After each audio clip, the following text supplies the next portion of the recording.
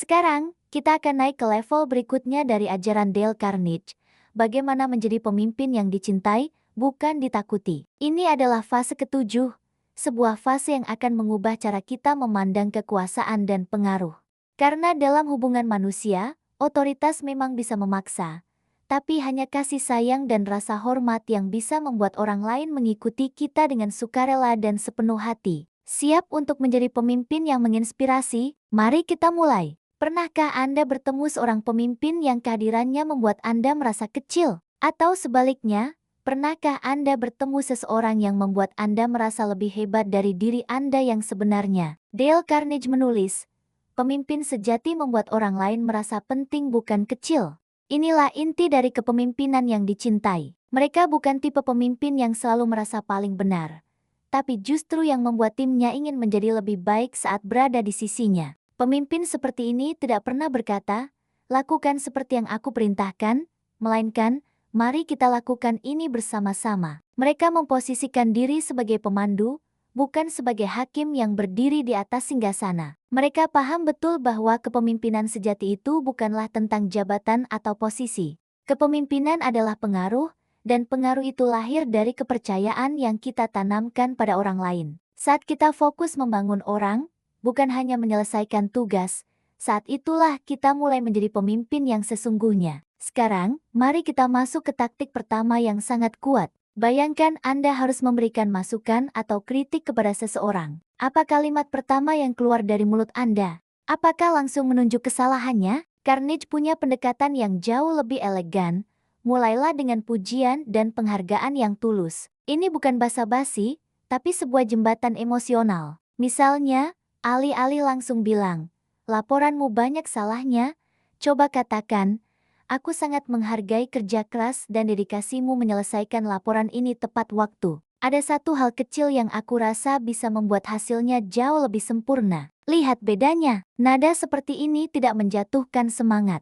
Sebaliknya, ia justru menumbuhkan rasa ingin berkembang. Orang akan jauh lebih terbuka menerima kritik ketika mereka tahu bahwa kita melihat dan menghargai nilai mereka terlebih dahulu. Ini seperti memberikan anestesi sebelum melakukan operasi. Kita membuat terasa sakit dari kritik itu jadi lebih mudah diterima karena diawali dengan kehangatan. Taktik berikutnya adalah tentang cara kita berkomunikasi. Carnegie menulis, ajukan pertanyaan, jangan berikan perintah langsung. Ini adalah perubahan kecil dalam kata-kata, tapi dampaknya luar biasa besar. Coba bandingkan dua kalimat ini. Pertama, lakukan ini sekarang juga. Kedua, bagaimana kalau kita coba cara ini untuk menyelesaikannya? Kalimat pertama menciptakan hubungan atasan-bawahan yang kaku. Kalimat kedua mengundang partisipasi. Ia mengubah dinamika hubungan dari atas bawah menjadi bersama-sama. Dengan mengajukan pertanyaan, kita tidak hanya menyuruh, tapi kita memberi ruang bagi orang lain untuk berpikir, merasa dilibatkan, dan menyumbangkan idenya. Rasa dihargai inilah yang membuat mereka ingin berkontribusi lebih, bukan karena diperintah, tapi karena mereka merasa menjadi bagian dari solusi. Pertanyaan seperti menurutmu, apa langkah terbaik selanjutnya? Atau adakah ide lain yang mungkin lebih efektif? Akan membuka pintu kolaborasi dan membuat orang merasa memiliki proyek tersebut.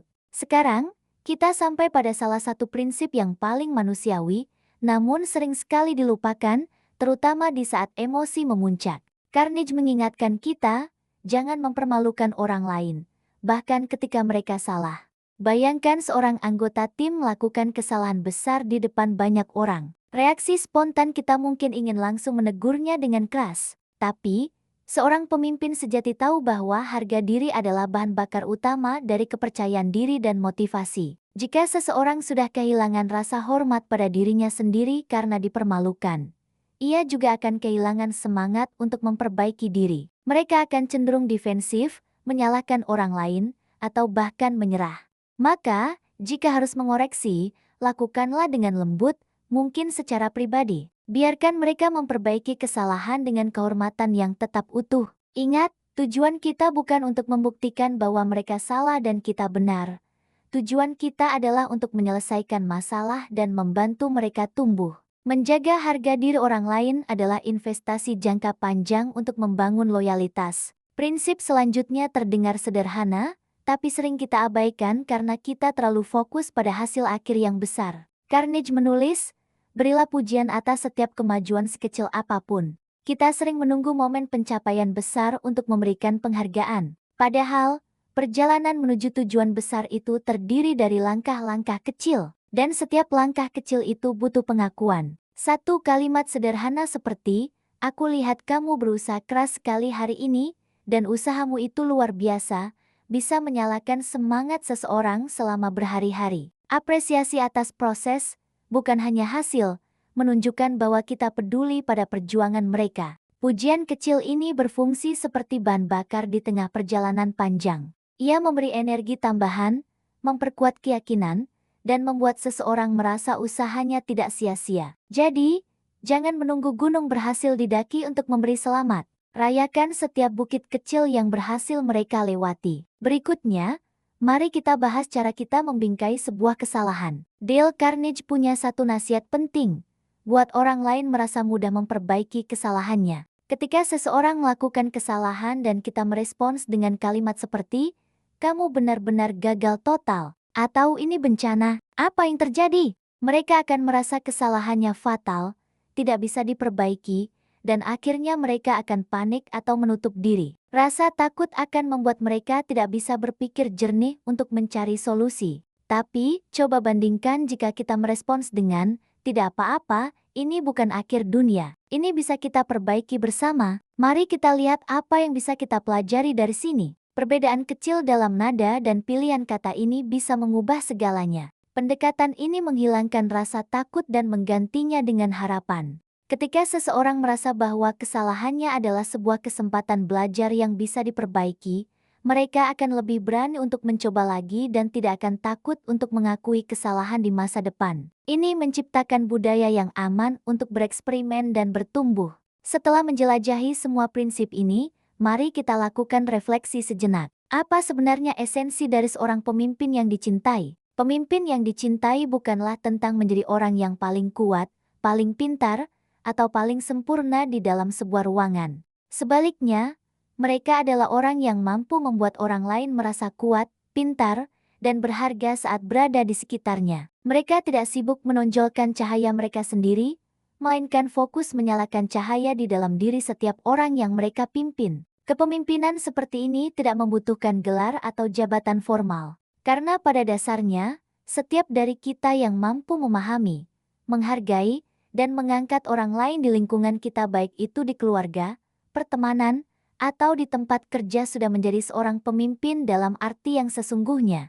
Kepemimpinan adalah tindakan, bukan posisi. Jadi, mari kita rangkum prinsip-prinsip kunci dari fase ketujuh ini. Mantra utamanya adalah, pimpin dengan empati, bukan dengan ego. Bagaimana cara melakukannya? Pertama, mulailah setiap interaksi, terutama yang sulit, dengan pujian yang tulus. Kedua, tunjukkan kesalahan secara tidak langsung, fokus pada solusi, bukan pada siapa yang salah. Ketiga, gunakan pertanyaan, bukan perintah, untuk mengundang kolaborasi. Keempat, yang terpenting, selalu biarkan orang lain menjaga harga dirinya, bahkan saat mereka melakukan kesalahan.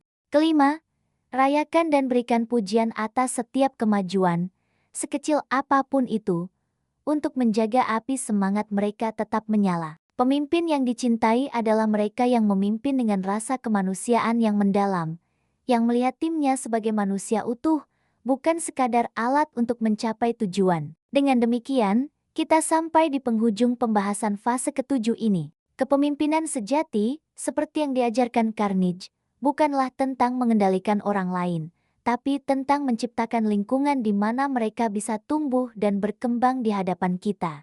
Saat kita memimpin dengan kasih, empati, dan rasa hormat, orang lain tidak akan mengikuti kita hanya karena mereka harus, tapi karena mereka ingin. Mereka akan memberikan yang terbaik bukan karena takut dihukum, tapi karena terinspirasi oleh visi dan kepedulian kita.